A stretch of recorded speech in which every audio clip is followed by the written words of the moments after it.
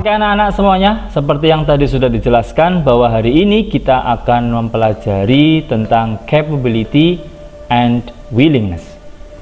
Capability itu artinya kemampuan. Ada sebagian orang yang menyebutkannya dengan ability, itu artinya sama ya, kemampuan. Dan kalau willingness itu artinya kemauan atau keinginan. Selanjutnya anak-anak, kita yang pertama akan mempelajari tentang capability or ability, kemampuan. Nah, dalam capability kita akan menggunakan dua modal. Yang pertama modal can, kemudian yang kedua could. Nah, can is one of modal that used to present capability or ability in present. Jadi maksudnya adalah can itu suatu modal yang digunakan untuk menunjukkan capability atau kemampuan in present di waktu sekarang. Tetapi kalau could is one of modal that used to present capability or ability in past. Maksudnya adalah sama, could itu salah satu modal yang digunakan untuk menunjukkan capability atau kemampuan seseorang tetapi di masa lampau. Jadi can sama could itu bisa dibedakan. Kalau can itu present capability atau menunjukkan kemampuan di masa yang sekarang, kalau could menunjukkan kemampuan di masa yang lampau. Nah, perlu diketahui bahwa can dan could itu adalah modal. Jadi ketika ada can atau could atau modal ya, setiap modal itu harus diikuti oleh verb 1 atau verb 1. Maksudnya apa Pak? Mari kita lanjutkan menyimak video pembelajaran ini, nanti akan kalian tahu maksudnya apa verb 1 atau verb 1. Yang pertama anak-anak, dalam capability or ability kita akan menggunakan can dulu. Ada positive pattern atau pola yang positif. Contoh di sini, I can do it. Saya dapat melakukan itu. Seperti yang tadi sudah Bapak sampaikan bahwa setiap ada modal itu harus diikuti oleh verb 1. Ini yang dinamakan verb 1, do. Verb 2-nya did. Verb 3-nya done ya, bacanya done. I can do it, harus do. Kenapa? Karena setelahnya modal atau sebelum do itu ada modal, jadi harus pakai verb 1 atau verb 1. Artinya I can do it, saya dapat melakukan itu. Ini yang disebut sebagai expressing of capability atau menyatakan sebuah kemampuan. Kemudian di sini ada negative pattern atau pola yang negatif. Kita bisa menggantinya dengan menambahkan not saja di sini. I cannot atau I can't do it. Can't itu singkatan dari cannot. Ini artinya saya tidak dapat melakukan itu. Ini yang disebut expressing of incapability atau menyatakan ketidakmampuan. Capability artinya kemampuan, incapability artinya ketidakmampuan. Kemudian di sini ada interrogative pattern. Nah, ini yang dinamakan pola pertanyaan. Contohnya, can you do it? Setelah ini ya, positive pattern, negative pattern. Kita bisa mengubah positive pattern ini menjadi interrogative pattern dengan mengganti posisi can yang tadinya can di tengah berubah menjadi yang pertama. Jadi contohnya seperti ini, can you do it? Dapatkah atau mampukah kamu melakukan itu? Ini yang disebut sebagai asking for capability. Nah, jawabannya boleh dua, yes atau no, terserah kalian. Ketika ditanya dapatkah kamu melakukan itu, ketika kamu dapat melakukan ya jawab yes, I can do it. Kalau tidak bisa ya no, I cannot atau I can't do it. Ini yang disebut sebagai giving capability atau incapability, memberikan suatu pernyataan mampu atau ketidakmampuan. Kemudian berikutnya anak-anak, ternyata can bisa diganti dengan to be atau be. Be-nya karena ini menggunakan can, jadi di present ya, be-nya berupa is, and are plus able to. Jadi can bisa dirubah menggunakan be plus able to. Be-nya karena kita menggunakan can, otomatis present. Pak Guru yakin kalian di kelas 7 sudah sedikit banyak mengetahui tentang simple present, otomatis sudah lumayan paham tentang to be-nya ya, atau be-nya is, dan are. Contoh anak-anak, di sini ada asking for atau pertanyaan yang menggunakan can, akan kita ubah menggunakan to be plus able to. Contoh, can you do it? Dapatkah kamu melakukan itu? Kita bisa ubah can ini menjadi are you. Ya, can-nya berubah menjadi be. Karena ini subjeknya you, maka to be-nya are. Are you able to do it? Nah, di sini able to. Can you do it bisa berubah menjadi are you able to do it? Artinya sama. Dapatkah kamu melakukan itu? Seperti itu. Jadi barangkali ada di sebuah teks kalian menemukan are you able to, itu artinya sama dengan can ya. Kemudian berikutnya juga sama, can you read the text? Dapatkah kamu membaca teks tersebut? Diganti dengan menggunakan be plus able to, berubah menjadi are you able to read the text? Seperti itu. Kemudian yang selanjutnya juga sama, do you think we can go to Bali? Apakah kamu pikir kita dapat pergi ke Bali? Ketika kita ganti, yang diganti bukan do-nya tetapi can-nya. Can kan di sini ya, setelah we. Jadi kita gantinya setelah we juga. Do you think we? Nah, ini kita ubah menjadi be plus able to. Do you think we are able to go to Bali? Seperti itu. Paham ya anak-anak? Gampang sekali. Nah, selanjutnya to be atau be plus able to. Ini Pak Guru sematkan di sini, barangkali nanti kalian bingung positif patternnya sama negatif pattern, interrogative pattern, dan answernya. Contoh tadi yang kita gunakan, can you read the text ya. Kita ingin mengetahui kenapa jadi are you able to read the text. Jadi di sini anak-anak. Pertama, kita ada kalimat I'm able to read the text. I am able to read the text. Saya mampu membaca atau dapat membaca teks tersebut. Ini pola positif. Tidak usah Pak Guru jelaskan lagi ya, bahwa ini adalah expressing of capability. Nah, kemudian negatif patternnya kita tinggal tambahin not saja setelahnya to be. Jadi I am not able to read the text. Saya tidak mampu membaca teks tersebut.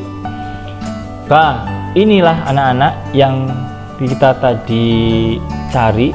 Kenapa sih jadi are you able to read the text? Jadi dari sini anak-anak. Dari positive pattern kita ubah menjadi pola pertanyaan. Jadinya are you able to read the text? Apakah kamu dapat membaca teks tersebut? Jawabannya boleh yes, boleh no. Kalau yes, I'm able to read the text. No, I'm not able to read the text. Inilah expressing atau giving ataupun asking ya, menggunakan capability, dan kita menggunakan modal can. Contoh, Linda dan ada Jerry. Linda, can you borrow me your book? Dapatkah kamu meminjamkanku bukumu? Jerry-nya, I'm sorry, I'm not able because I'm still use it. Nah, ketika ada garis bawah di sini, biasanya pertanyaan yang muncul pasti the underline sentence atau the underline word.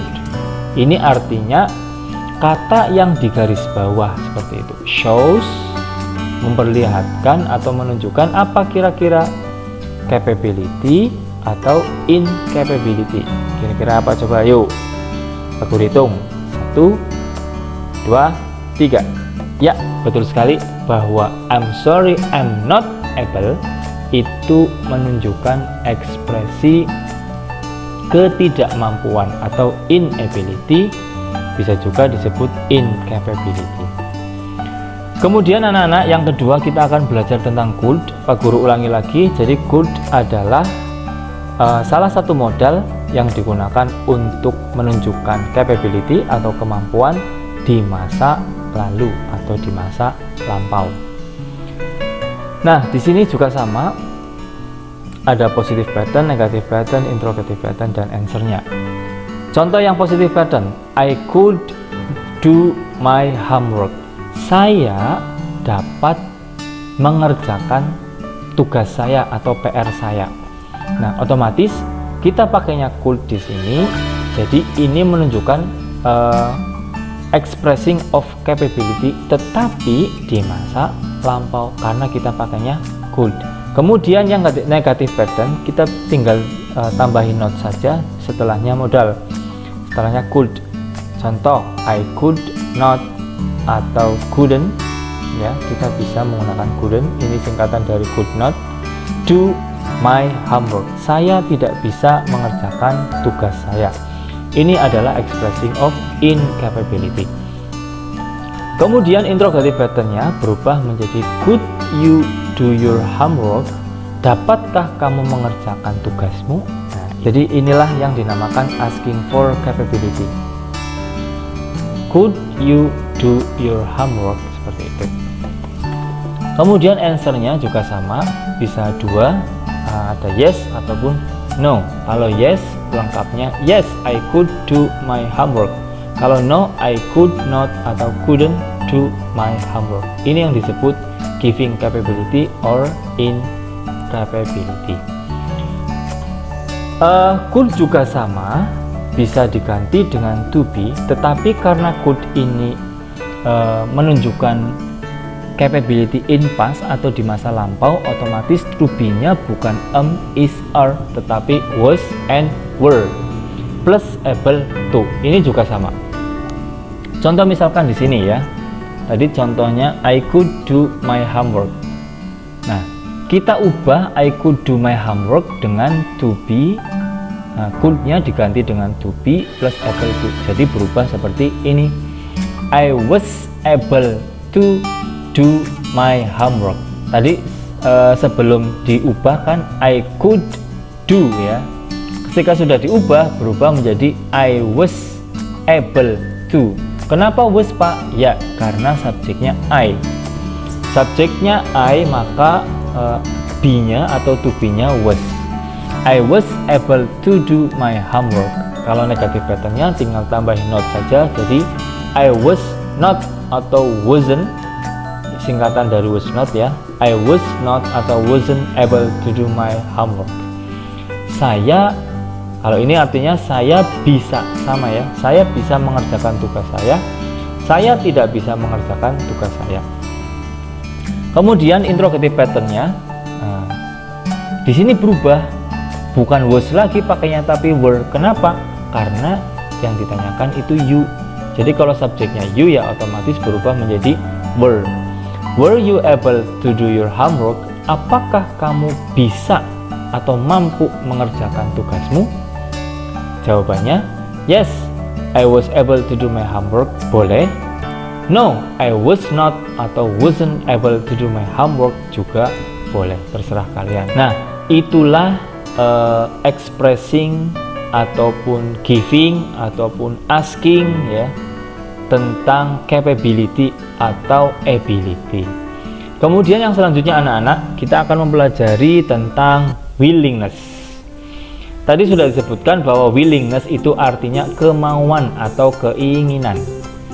Nah, untuk willingness sendiri itu juga ada dua modalnya yang digunakan. Yang pertama will, yang kedua would. Will is one of modal that used to present expressing of willingness in present. Jadi will juga sama, salah satu modal yang digunakan untuk menunjukkan ekspresi keinginan atau kemauan, tetapi di masa yang sekarang, seperti itu. Nah, kalau would itu one of modal that used to present expressing of willingness in past. Jadi salah satu modal yang digunakan untuk menunjukkan ekspresi keinginan tetapi di masa yang lampau, seperti itu. Nah, will contohnya di dalam positive pattern itu ada I will go to Moscow. Diingat-ingat bahwa setiap kata kerja itu setelah modal ya, ada can, could, will, would, nanti ada lagi selanjutnya ada shall, ada should. Nah, itu setelah modal harus verb 1 atau verb 1. Maka di sini go. Verb 1-nya go, verb 2-nya itu when, verb 3-nya gone. Nah, maka setelahnya modal pasti verb 1. Makanya di sini go. I will go to Moscow. Saya ingin pergi ke masjid. Ini adalah the expressing of willingness atau menyatakan sebuah keinginan. Kemudian yang selanjutnya ada negative pattern, tinggal kita tambahin not saja di dalam setelah will-nya. Jadi berubah menjadi I will not atau won't. Won't ya, ini membacanya won't, tulisannya won't, W-O-N apostrof T, bacanya won't. I won't atau I will not go to Moscow. Ini expressing of unwillingness atau ekspresi ketidakmauan atau ketidakinginan. Saya tidak akan pergi ke masjid. Nah, ini negatifnya. Kemudian kalau interrogative patternnya atau pola kalimatnya, kita tinggal balik saja seperti tadi, will-nya di depan, kemudian baru subjeknya. Will you go to Moscow? Akankah kamu pergi ke masjid? Seperti itu artinya. Jadi inilah yang dinamakan asking for willingness. Jawabannya boleh yes, boleh no. Seperti tadi, terserah ya.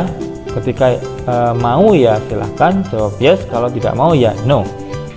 Ketika ditanya will you go to Moscow, jawabannya bisa yes, I will go to Moscow, no, I will not, atau I won't go to Moscow. Ini yang dinamakan giving willingness atau unwillingness, memberikan kemauan atau keinginannya atau ketidakinginannya, to will.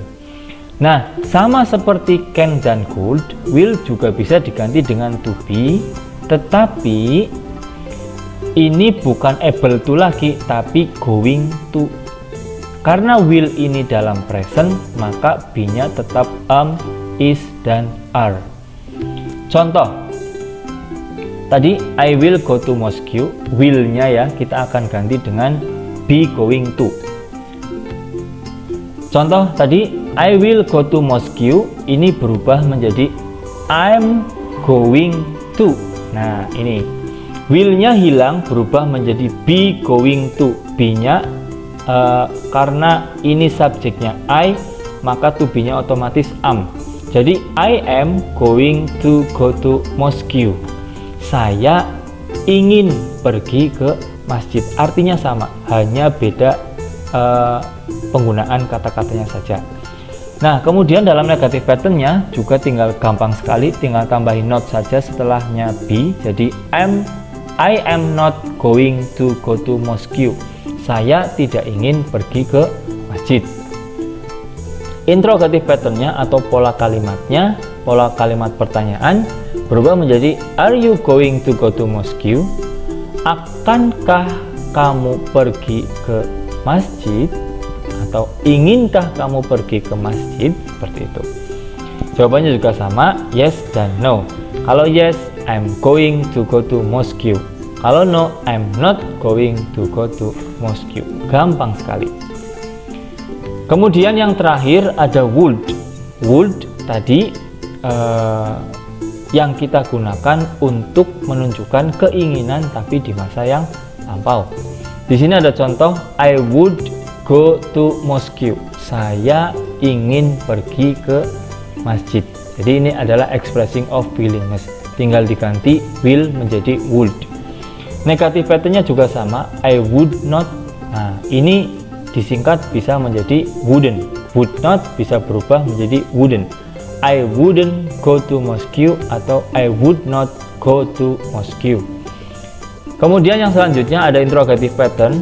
Ini pola kalimat pertanyaan jadi berubah. Would you go to mosque? Asking for willingness. Akankah kamu pergi ke masjid? Nah, jawabannya juga sama, ada dua. Yes, I would go to mosque, dan no, I would not atau wouldn't go to mosque. Sama juga, would bisa diganti dengan to be plus going to. Karena would ini menunjukkan ekspresi willingness tetapi di masa lampau, maka be-nya berubah menjadi was dan were, bukan am is are tapi was dan were. Contohnya tadi I would go to mosque dirubah menjadi be going to, berubah menjadi I was going to go to mosque. Artinya sama ya, saya ingin pergi ke masjid. Negatif patternnya tinggal tambahin not saja, jadi I was not going to go to mosque. Interrogative patternnya tinggal dirubah menjadi were. Kenapa were? Karena yang ditanyakan you, jadi were. Were you going to go to mosque? Akankah atau inginkah kamu pergi ke masjid? Kemudian jawabannya bisa yes, bisa no. Yes, I was going to go to mosque. No, I was not going to go to mosque. Nah, itulah penjelasan tentang expressing of willingness atau unwillingness, seperti itu. Contoh di sini ada. Nah, nanti silakan memilih. Di sini ada 4 jawabannya. Yang bergerak silakan ditebak dulu ya anak-anak. Yang bergerak itulah jawaban yang benar. Kira-kira kalian jawabannya benar apa tidak? Contoh, he bla bla bla atau titik-titik his homework by the time the teacher come to the class. Kira-kira jawabannya will finish atau will be finished atau will have finished atau would finish. Ingat-ingat, he bla bla bla his homework by the time the teacher come to the class. Kira-kira apa jawabannya? 1, 2, 3. Ya, betul sekali. Jadi jawaban yang betul adalah will finish. Kenapa will finish? Bukan would finish, bukan will be finish ataupun will have finish. Karena di sini ada keterangan by the time. Jadi by the time itu artinya dalam sekarang ini. Nah, kalau sekarang otomatis kita menggunakan will ya. Itulah anak-anak penjelasan singkat dari video pembelajaran berikut ini. Silakan jika ada pertanyaan bisa tulis di kolom komentar di video pembelajaran berikut ini. Terima kasih atas usaha kalian untuk memahami penjelasan dari Pak Guru. Semoga apa yang tadi sudah dijelaskan di Pak Guru bisa kalian pahami dengan baik dan bisa dipraktekkan dalam kehidupan sehari-hari. Mohon maaf apabila ada kata-kata yang kurang baik ataupun kurang sopan. Sekali lagi Pak Guru mohon maaf yang sebesar-besarnya. Terima kasih. Pak Guru akhiri. Wassalamualaikum warahmatullahi wabarakatuh.